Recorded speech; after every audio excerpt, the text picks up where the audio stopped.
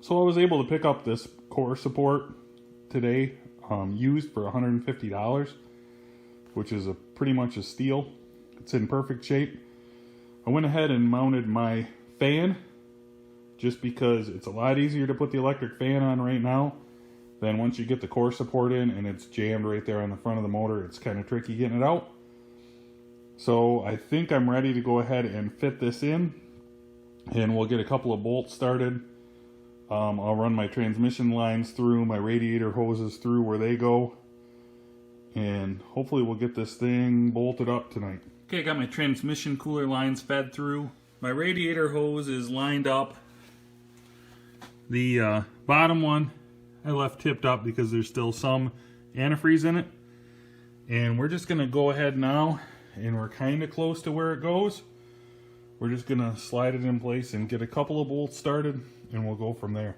Okay, I got the front two fender ones started. I'm just going to keep going around. They're these little ones like this. I'm just going to keep going through and getting them lined up.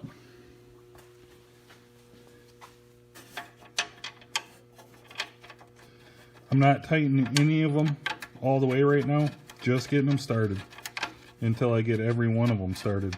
So I got it all tightened up now. I'm running some wiring harnesses through where they go, the hood latch, got the washer fluid. Now it's just a game of memory, or if you're not very good at memory, it's a puzzle. So it's pretty much a puzzle for me. Trying to remember and figure out how things go. You can see I had some trouble getting some of these wire harnesses off. We'll get it zip tied or something up in here. And this one screws down here. We'll get her. Yeah, I'm making pretty good time. As of right now, the insurance company did this estimate. I had nothing to do with it. I just told them I was going to fix it myself. They wrote an estimate for $4,900. So I'm at 700 in parts right now. But man, a little bit of time, a little bit of work, and you can kind of turn something bad into something good, because I'm going to make pretty good bank on this. So the new radiator was here when I got home from work today. So that's the next thing we need to put in. I may have jumped the gun on the latch and the horn. I'm going to get those out of the way. And then we should be able to squeeze that in there. And then get the hoses hooked on, and it just snaps in. So let's get started on that. So I'm losing a little coolant down there because I had that hose tipped up, and now it's some of the coolant's oozing out. So I'm going to hurry up and try to get that started, and then we can get this pushed back and then get the top one. But we're going to start with this bottom one. Okay, I was able to get the clamps on. It was a little rough, but I think everything is lined up. So what we have to do now is get the radiator lined up, so the tab on the radiator will go through this hole here, and then it should snap in.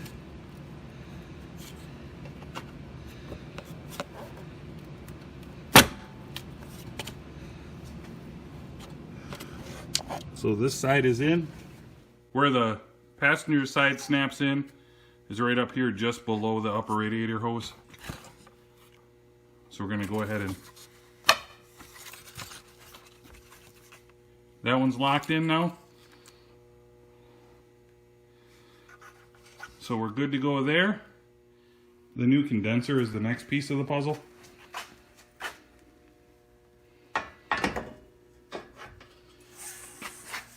So we'll go ahead and get it fit in down here on the bottom, and then over here. And then it's just going to go forward and snap onto these. And then we're not going to snap this one quite yet. Should be able to reach in through where the headlight goes and get the bolts and hook the lines back on. So we're going to go ahead and snap it into place where it goes. So we'll go ahead and snap this side on. We're good to go here now. Get these headlight wires out of the way. And then we can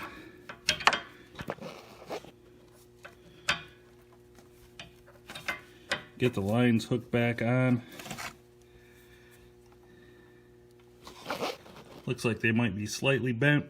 I might have to do a little bit of tweaking to get them turned back the way they need to be, hopefully without kinking it. So I got the line started. We just got to go ahead and tighten up the nut here.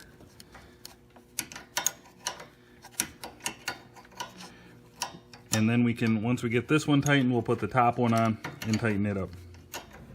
So I was pretty worried about losing the old clips when I took this apart, but the new transmission cooler came with new clips already installed.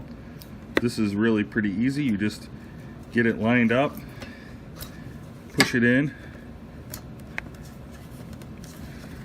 and it should snap in. Looks like it's in all the way. It won't come back out. So now we'll just slide these little caps over. I think they're supposed to make sure the keeper can't come out. Got my headlight setting in there. The bolts are loose. There's just the 3 bolts to hold this in, one down there and one over here in the fender. And there's 4 light bulbs that hook up. They just snap right in. Here you can see 2, and there's 2 more over on this side. This is the hood switch, so your remote start doesn't work if the hood's open. I had to do a little bit of massaging. This fender is fairly flimsy right here, and I got it setting pretty good. I'm just going to put a little bit of touch-up paint right there, and I think it should be good. I'm not tightening the headlight down all the way until I get the grill fit in and get the grill where I want it. Okay, now that I got all of the heat exchangers on, it's time to put the bumper back on. It's just 4 bolts on each side, and I think there's a little screw on each side too. We're going to go ahead and get that lined up and get a couple of these started. So I got all of the bolts started and even the 2 screws on each side. These dowels here on the frame horns really help with that. So now I'm just going to take my impact and tighten all these up.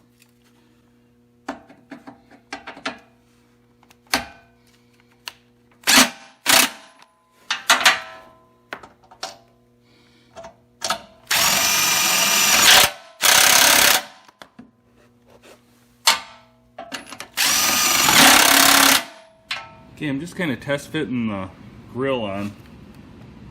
It looks like it's going to be pretty good for the headlight fit. I mean, the gap isn't perfect here. I'm going to go ahead and tighten the headlight down, maybe try to get the other side up just a hair.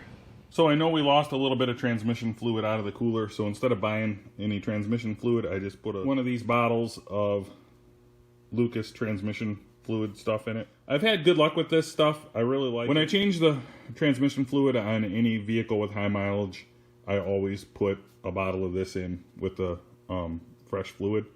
Seems to work really good. So I'm just going to go ahead. I threw the air box back in. I decided to grab a fresh filter. So we're going to go ahead and put the lid on, and then we're just going to keep going. Just a couple more things here. I added antifreeze to it, but I haven't started it yet. Yeah, you couldn't have had that lower piece on any more wrong than I did. I had it upside down and I had it on the wrong side. Got it right now. So this is going to bolt up to the bottom side of the core support, the metal part underneath. And then, yeah, that's the way it should look, right along that seam. We are ready to put the bumper cover on now. I've got both inner fenders off on the front side. So we're just going to slip this up into place here somewhat. So I've got the bumper cover just kind of setting up there now, pretty much right where it needs to be. These tabs in the grill actually fit through the bumper cover down here and help hold the bumper cover in place. So I'm going to go ahead now